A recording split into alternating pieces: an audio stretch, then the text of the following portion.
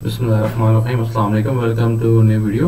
आज थोड़ा सा फर्टिलाइजर सेक्टर के हवाले से बात होगी। फर्टिलाइजर सेक्टर के अंदर 3 कंपनीज हमने अंडर कंसिडरेशन रखी हैं: फातिमा फर्टिलाइजर्स, एफएफसी, फौजी fertilisers and Engro fertilisers.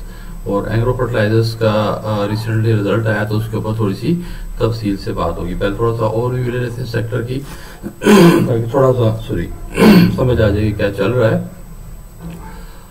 Engro fertilisers, Fatima fertilisers and Fauji fertiliser, ये 3 मेन कंपनीज हैं जो अंडर कंसिडरेशन है आज की वीडियो में। सबसे पहले फातिमा फर्टिलाइजर्स की बात करते हैं। तो फातिमा फर्टिलाइजर्स आरिफ हबीब ग्रुप के ओनरशिप में है और करंट प्राइस की 80 रुपीज़ की क्लोजिंग हुई, जो ऑल टाइम हाई 94 से ऑलमोस्ट 15% नीचे है। और इनकी करंट जो पी रेशियो है वो 5.59 है और वॉल्यूम 1.16 मिलियन रहे लास्ट फ्राइडे क्लोजिंग के। तो किसी भी स्क्रिप्ट की 1 मिलियन से ऊपर की वॉल्यूम हो तो इट मीन्स के मार्केट में उसके एक reasonable number of buyers and sellers मौजूद हैं। और इसमें प्राइस टू अर्निंग रेशियो ठीक रेंज के अंदर है, 5 के रेंज में, और इंडस्ट्री की एवरेज हम देखते हैं। नेक्स्ट फौजी फर्टिलाइजर है। Fauji fertiliser top of the line company of the stock market index के ऊपर जो चंद फर्स्ट 3 हैवी वेट्स हैं उनके अंदर फौजी फर्टिलाइजर्स का नाम आता है। इंडेक्स के ऊपर सबसे ज्यादा वेट फौजी फर्टिलाइजर का, मीन्स इंडेक्स ने अगर ऊपर जाना है तो फौजी फर्टिलाइजर को भी ऊपर 7 रैली में ऊपर लेके जाना पड़ेगा, otherwise it will very difficult. ये नहीं हो सकता कि जो इंडेक्स की सबसे हैवी वेट कंपनी है वो तो नीचे पड़ी और इंडेक्स ऊपर जा रहा हो, ऑपोजिट डायरेक्शन में मूव नहीं करेंगे।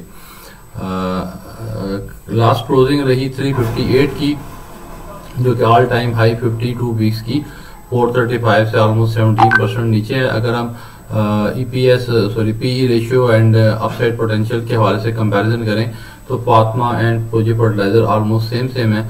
और जब दोनों में कंपैरिजन की बात आएगी और पीई रेशियो सेम होगी ऑलमोस्ट, तो डेफिनेटली फौजी फर्टिलाइजर जो कि बड़ी कंपनी है, बड़ा ग्रुप है, तो उस हवाले से उसके ऊपर हम हाथ रखेंगे। Then we have Engro fertiliser. इसके रिजल्ट के हवाले से भी एक्सप्लेन करते हैं। इसकी माइनस के अंदर क्लोजिंग हुई है 175 रुपये की क्लोजिंग प्राइस, जो कि ऑल टाइम हाई से 29% नीचे है। ये काफ़ी नीचे, अब ये ऑल टाइम हाई से परसेंटेज डाउनवर्ड है। इसके 2 मीनिंग होते हैं, 2 तरह की इंटरप्रिटेशन हो सकती है। एक कि अगर तो कंपनी के फंडामेंटल स्ट्रॉन्ग हैं, सेल्स ठीक चल रही हैं और सिर्फ टेक्निकल न्यूज़ किसी वजह से वो मार्केट से नीचे आ गया, तो फिर देन वी विल प्रेफर कि जिसकी जितनी ज़्यादा गिरी हुई है कल उसने दोबारा बाउंस बैक करना है, तो उस हवाले से हम जितना ज़्यादा परसेंटेज डीएफ नीचे होगी उसको प्रेफर करेंगे। लेकिन अगर फंडामेंटल्स में कुछ चेंज आ गई है, उसके टर्नओवर में, सेल्स में, प्रॉफिटेबिलिटी में, और जो फंडामेंटली हम चीज़ें देखते हैं उसके लिक्विडिटी के इश्यूज हैं, उसके अंदर और कोई इशू है, तो फिर अगर नीचे आया तो इट मीन्स क्या वो प्रीवियस जो ऑल टाइम हाई है वो उसकी वैल्यू खत्म हो जाएगी। अब नया ऑल टाइम 52 वीक्स हाई बनेगा जो माइट भी करंट रेट से भी नीचे हो। और exactly this is the case with the Engro fertiliser. आप रिजल्ट को देखते हुए आपको अंदाजा हो गया होगा कि मैं एंग्रो फर्टिलाइजर को ही पॉइंट कर रहा हूँ। वॉल्यूम से 2.2 मिलियन का है। लेटेस्ट रिजल्ट के अंदर सेल्स इंतहाई से ज्यादा तेजी से गिरी हैं, जिसकी वजह से उतनी देर से प्राइस गिरी है और गिरेगी। पीई रेशियो देखें, 2 ऊपर की कंपनीज जो है उनका 5.59 5.9 से चले मैक्सिमम 6 का लगा लें, ये उसके डबल से भी ऊपर पीई रेशियो के ऊपर ट्रेड हो रही है ये वैल्यू। और इसकी वजह से मार्केट ने अपने आप को करेक्ट करना है। और ये प्रीवियस डेटा था और कुछ कंपनीज को डेफिनेटली ऑपरेटर ड्रिवन स्टॉक होते हैं, उनको हाइप क्रिएट की जाती है, तो यही कुछ हुआ एग्रो फर्टिलाइजर के साथ। इसकी वैल्यू काफी ज्यादा ऊपर चली गई, जो कि लास्ट अब पब्लिश्ड इंफॉर्मेशन है अर्निंग्स पर शेयर की 11.76। उसके हवाले से किसी भी तरह ये प्राइस जस्टिफाइड नहीं है, it has to come down. और थोड़ा सा वेबसाइट के ऊपर जाकर देखते हैं एंग्रो फर्टिलाइजर की। एंग्रो फर्टिलाइजर का अगर हम लास्ट 1 ईयर का डेटा देखें तो ये लास्ट 1 ईयर में भी ऑलमोस्ट ये 160 के अराउंड वहां से चली थी, फिर ऊपर हाईएस्ट ने पीक बना के 230s में और फिर वापस आई।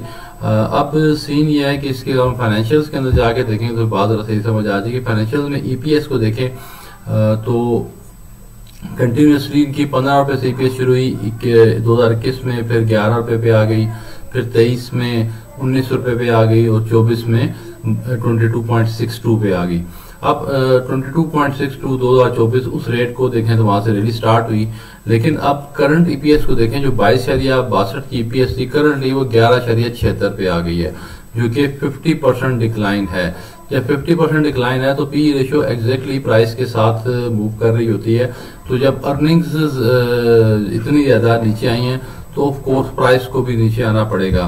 तो मार्केट में करेक्शन इसकी ड्यू है और इसने ग्रेजुअली, लेकिन चूंकि स्ट्रॉन्ग कंपनी है, बड़ी कंपनी है, तो ग्रेजुअली स्लोली आहिस्ता आहिस्ता अपने आप को नीचे लेके आएगी। इनकी पब्लिश इंफॉर्मेशन भी सामने है, उसको भी देख लेते हैं और थोड़ा सा इसका हिस्टोरिकली 3 इयर्स का डेटा देखते हैं। तो 3 इयर्स पहले, अच्छा अब एक पॉइंट को आपको एक और एंगल से देखें। 3 इयर्स पहले इनकी जो इनके 22 में, 23 में और 24 में रैली स्टार्ट होने से पहले इनकी को अराउंड 76-80 इस अराउंड में वैल्यू थी स्टॉक मार्केट की। अच्छा, ये जो प्राइस होते हैं पी रेशियो को रिस्क के साथ चल रही होती है और वो अर्निंग्स पर शेयर पे चल रही होती है। तो इट मींस कि इनकी 22 और 23 में देखते हैं कि 23 के अंदर इनकी जो वैल्यूज थी उसके अकॉर्डिंगली तो ये 76-80 रुपीज की प्राइस थी।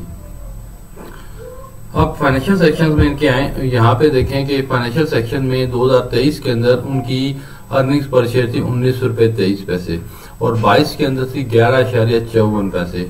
और अब करंटली आप इस चीज को जरा काइंडली देखें कि ये 22 के अंदर जो ईपीएस है, आज अगेन हम उसी ईपीएस पे पहुंच चुके हैं 11.76। तो अगर उसी को ही हम बेंचमार्क बनाएं कि 22 के अंदर जो अर्निंग्स पर शेयर थी, तो उस टाइम देखते हैं कि उस टाइम प्राइस क्या थी हमारे पास। तो 22 के अंदर जो प्राइस थी, जो 22 से लेकर मार्केट चुके वो एक डाउनवर्ड ट्रेंड के अंदर थी, कंटिन्यूसली साइडवेज में चल रही थी। उस पूरे पीरियड में 22 से लेकर 24 की रैली स्टार्ट होने तक इसकी रेंज यही 80s के अंदर रही और उसके बाद पे चढ़ना शुरू हुई। तो अब पॉइंट ये है कि अगर हम ईपीएस के हवाले से देखें कि 22 की जो रेशियो थी, आज रेशियो क्या बन रही है पी रेशियो, तो ये 125 के अराउंड इसकी अगर हम समझें तो मैक्सिमम वो भी उससे ज्यादा होगी। और अगर हम इसकी यहाँ से एक और एंगल से वर्किंग करें कि जो दोनों बाकी कंपनीज हैं, फातिमा फर्टिलाइजर और फौजी फर्टिलाइजर, जो इंडस्ट्री का इंडस्ट्री बेंचमार्क के साथ ही चलता है, अगर उस एंगल से हम अगर इसकी वैल्यू लगाएं और 100 की प्राइस लगाएं just for the sake of working and assumption understanding, it's not कोई ऐसी चीज नहीं है कि मैं प्रिडिक्ट कर रहा हूँ, लेकिन मैं सिर्फ देखना चाह रहा हूँ कि how the maths works about the P ratio. तो इसका जो मैथ्स है पी रेशियो का, वो तो कोई 70 रुपीज के ऊपर जाकर इसको बेंचमार्क बना रहा है, जो कि बाकी दो कंपनीज का है। तो खैर इतना हम नहीं कह रहे कि आज इतना नीचे आ जाएगी, बट ये जरूर है कि मार्केट ने अपनी करेक्शन लेनी है।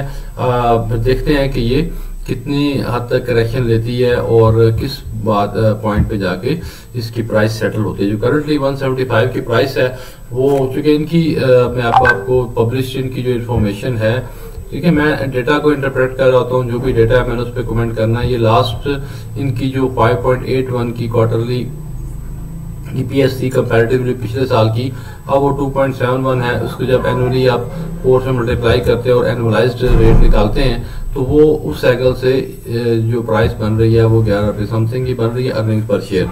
तो ये क्वार्टर एंडेड था 31 मार्च 2024 and this is quarter ended 31 मार्च 2025। तो दोनों क्वार्टर्स का जब कंपैरिजन करते हैं तो हमें 5.81 की जो अर्निंग्स पर शेयर है 2.17 50% से भी नीचे आ चुकी है and that is very much in line with the sales figure.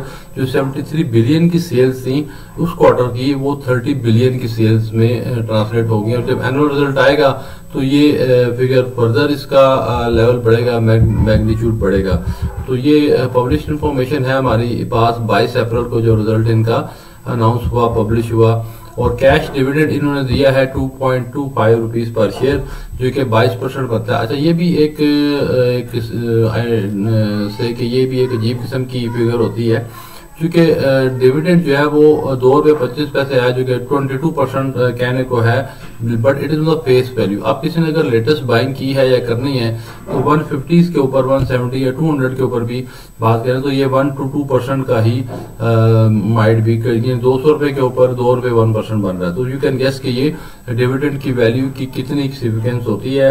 ऐसे कि डिविडेंड उस कंपनी के लिए आपको जरूर देखना चाहिए जो कि जिसकी फेस वैल्यू 10 रुपए है और करंट मार्केट वैल्यू को 10 रुपए से लेके 50 तक मैक्सिमम है। तो उसमें तो आप डिविडेंड के रेशियोज को, परसेंटेज को आपको मैटर करना चाहिए। अदरवाइज जो इस तरह की कंपनी जो काफी पुरानी है, एस्टेब्लिश ऊपर जा चुकी हैं, उनमें इतना छोटा डिविडेंड जस्ट अ पीनट ही होता है। And there is no bonus share, no right share, no other benefit और कंपनी की क्लोज डेट्स हैं डिविडेंड के हवाले से, और चूंकि डिविडेंड इतनी वर्थ नहीं है तो उसके ऊपर टाइम नहीं लगाते।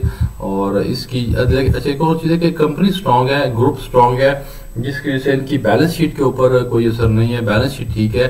सिर्फ इनकी सेल्स डिक्लाइन हुई है तो सेल्स की वजह से अर्निंग्स डिक्लाइन माइट भी अगले क्वार्टर में या अगले कमिंग फ्यूचर में अपनी सेल्स को इम्प्रूव करें, लेकिन 50% से लेस जो सेल्स है डेफिनेटली वो एक पॉइंट ऑफ कंसर्न है, जिसमें ईपीएस कम हुई है, पी रेशियो पे असर पड़ा है और वैल्यूएशन इसकी नीचे की तरफ है। अदरवाइज 31 दिसंबर 2024 और 25 में टोटल जो एसेट्स की वैल्यू सेम है, तो कि ये भी इसको मैं नेगेटिव ट्रेंड में ही कहूंगा, बिकॉज इन्फ्लेशन के इम्पैक्ट की वजह से भी एसेट्स को थोड़ा सा ऊपर की तरफ आना चाहिए था, लेकिन इनकी बैलेंस शीट टोटल जो, लेकिन ये एक और चीज है कि एसेट्स जो फिक्स्ड एसेट्स होते हैं वो एट कॉस्ट ही मेंशन किए जाते हैं फाइनेंशियल स्टेटमेंट्स के अंदर। उनका डिस्क्लोजर जो है अकॉर्डिंग टू अकाउंटिंग स्टैंडर्ड्स को इन्वेस्टमेंट प्रॉपर्टी है तो उसको मार्केट वैल्यू पे लेते हैं, otherwise assets are recorded at cost, ये भी चीज पॉइंट में होनी चाहिए।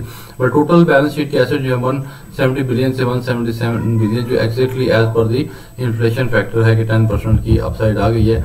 तो इसमें एसेट्स में कोई डिक्लाइन नहीं है, मींस कंपनी की लॉन्ग टर्म सॉल्वेंसी या उस तरह के इश्यूज नहीं है, लेकिन सिर्फ अर्निंग्स की वजह से ये जो 30 बिलियन का अनएप्रोप्रिएटेड प्रॉफिट है वो 23 बिलियन रह गया, वो एग्जैक्टली इस साल की जो अर्निंग्स डिक्लाइन हुई। अदरवाइज शेयर कैपिटल में, इक्विटी में, इवन लायबिलिटीज में कोई खास चेंज नहीं है।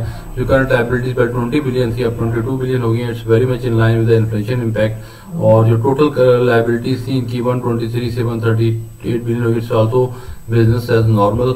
तो ऐसी कोई चीज नहीं है कि हम इसके ऊपर लॉन्ग टर्म में कोई नेगेटिव इम्पैक्ट इसके ऊपर आए, but only issue is the sales, और सेल्स के डिक्लाइन होने की वजह से ऑफ कोर्स। लेकिन चूंकि अर्निंग्स पर शेयर, चूंकि अल्टीमेटली किसी बिजनेस के अंदर हमने अर्निंग्स को ही देखना होता है कि जब भी किसी बिजनेस को बाय करने की बात कर रहे होते हैं तो बहुत सारी डिस्कशन करने के बाद कि एम्प्लॉयज कितने हैं, रेंट कितना है, सैलरीज कितनी जा रही हैं, स्पेस आपके पास कितनी है, और वट एवर जो भी आखिर में पूछ रहे हैं आप मंथली कमा कितना रहे हैं। दो चीजें पूछी जाती हैं, इन्वेस्टमेंट कितनी है और इस इन्वेस्टमेंट के अगेंस्ट हमारा रिटर्न कितना है, और एग्जैक्टली यही दो चीजें पी रेशियो बता रही होती है कि ये इसकी प्राइस क्या है, कि अगर हम इस कंपनी में शेयर को बाय करने जाएं तो what is the price, means what is the my investment which I am going to invest for the one share of the company and what I will be getting out of it, जो कि आपकी earnings पर share को describe कर रही होती है। तो एक लेमैन में भी हम किसी बिजनेस को भी जब बाय करने की बात करते हैं दो सवाल होते हैं, भाई हमें पैसे कितने लगाएंगे और हमें इसका रिटर्न क्या मिलेगा। तो this is exactly the P ratio. So this was all about the fertiliser sector, और उसके अंदर से हमने स्पेशली थोड़ी सी रिजल्ट के बारे से बात की एग्रो फर्टिलाइजर की। तो Fatima FFC and agro fertiliser में अगर हम कंपैरेटिव स्टडी करें, कंपैरेटिव एनालिसिस करें तो PE ratio wise agro fertiliser इस टाइम सेल कॉल दे रही है। नो लेट्स सी कितनी सेलिंग इसमें आती है और कहाँ पे जाके मार्केट अपने आप को करेक्ट करती है और नहीं इसकी वैल्यू बनेगी। जो प्रीवियस ऑल टाइम हाई है उसको मैं वहां से खत्म करके समझ लें आज की जो प्राइस है यही ऑल टाइम हाई के ऊपर है, चूंकि अब इसने इसके बाद मेरी assumption है कि नीचे जाना ऊपर की तरफ नहीं जाना। तो स्टे ट्यून, मिलते हैं नेक्स्ट वीडियो के साथ। Thank you very much.